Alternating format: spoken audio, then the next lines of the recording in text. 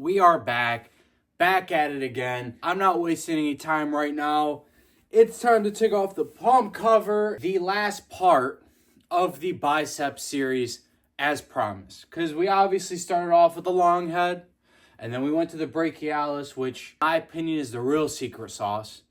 But we always have to finish what we started. You know what that means? The short head.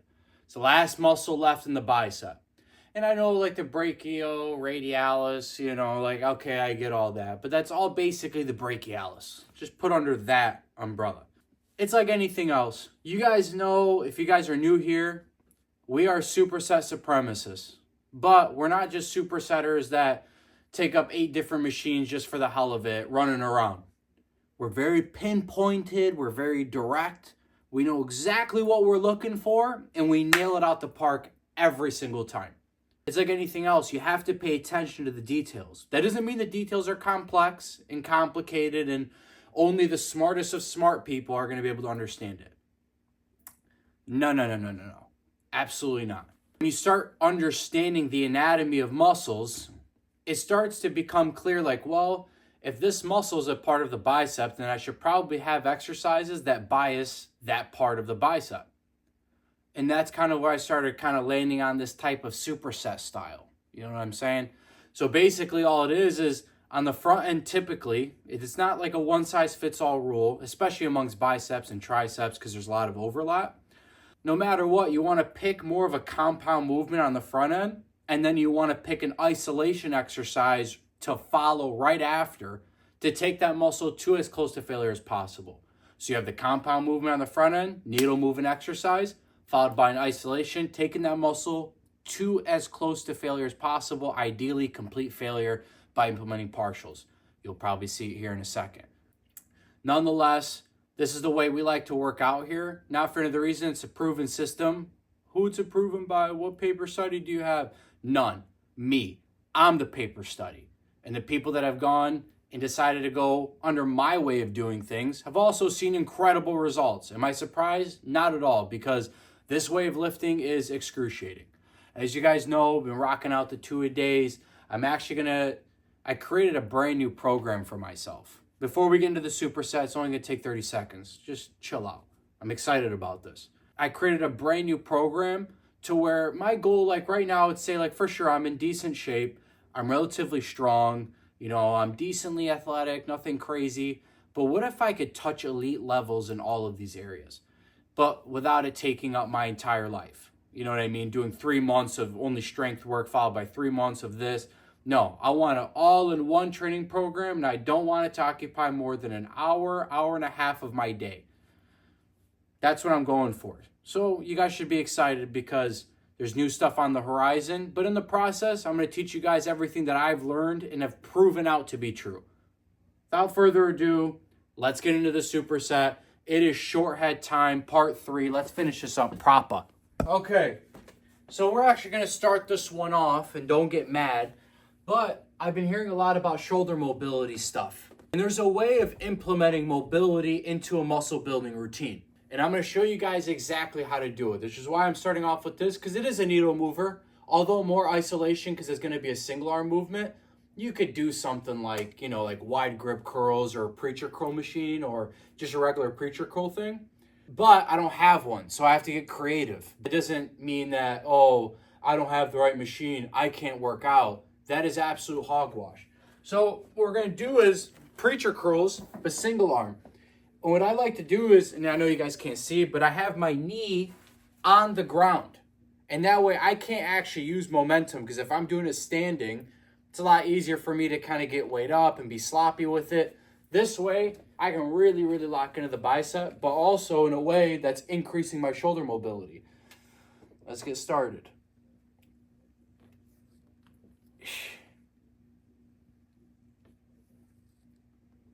And notice I'm not sacrificing on form. Complete extension. As soon as that dumbbell touches the bench, I'm shooting up. Boom.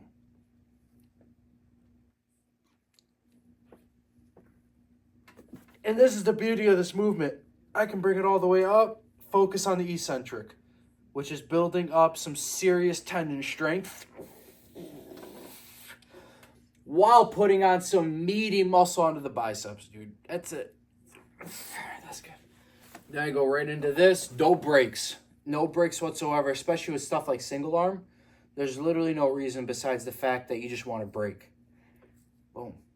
And I try not to hold at the top because obviously I'm not getting anything done here. So I want to try to keep tension on that muscle all the way through the entire set. I would go heavier on the dumbbells, but 40s is as much as I have. So I have to do with it as I can. But that's the beauty of the framework.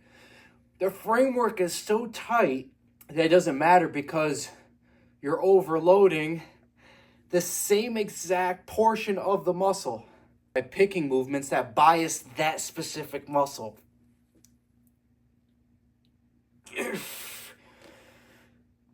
And we're also addressing any imbalances we may have in the biceps or whatever. That's why I like single arm movements.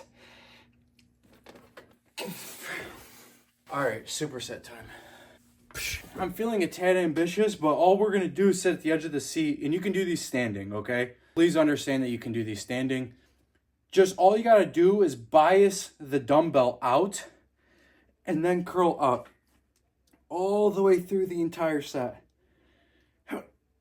And you don't sacrifice on range of motion. Extension, contraction. And notice, obviously, I'm getting quality reps in. That's one thing I want you guys to focus on, is you want to go as heavy as possible while being able to remain true to the quality of reps. Screw it, we're already doing this, right? Might as well get these gains. And that's where you can implement drop sets just like this. Just to take it that much closer to real failure. Oh my gosh. Dude, that is awful. It's like actually awful, man. And it really is as simple as this. Because as you notice, like when I'm going through these sets, I think a lot of times people think like supersetting is just picking up and dropping. No. You basically do the same exact set with quality reps and you do it back to back by biasing the same exact muscle. And when you do it in this way, obviously you don't have to do the drop set. You won't need to do that. But in my head, I wanted to illustrate to you guys, like let's say you were to pick a weight that you're like, oh, I overdid it. That doesn't mean just throw away the set. Just operate with that, try to get as quality of reps as possible, and then hit your drop set. Because what you just did is basically save the set. That's all that drop set did, is just ensure, let's just get to where we want to go. When you superset in this way, you do the same way with biceps as you would with your triceps, as your shoulders, as your chest, as your back. There's ways of doing that. And the difference is like I said, you know, like I typically pick a compound movement on the front end and then an isolation on the back end. I always find that to be the best recipe. That doesn't mean you have to do it every single one, and if you don't, it's over for you. That's the problem I have, and the thing is sometimes I'll make fun of optimal lifters, right? Not actually. I really don't even poke that much fun at them, but the problem is the people that associate, it's like people that are just getting into the workout game, when they hear optimal lifting, they're thinking shortcuts. And I just don't agree with that. And I even on top of it, like doing things in that way, you should become more optimal on the back end of everything. Your goal is to do a lot of dumb shit in the beginning. You don't just do dumb stuff just to do it, but like you're playing, you're trying, you're starting to figure out how your body works. This is why like intuitive eating, for example, is a very, very real thing. I can't teach you like, hey, like, you know, eat X amount of calories and do it this way. People will have you do it because it's a lot more predictable.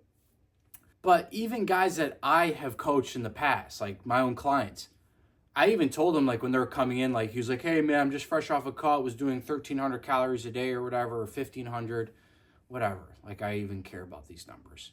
But he basically went to vacation, went on a vacation, came back, and was 15 pounds heavier. Was I surprised in the slightest? Absolutely not, because what calorie counting does not take in mind is your hormone profile, your metabolism.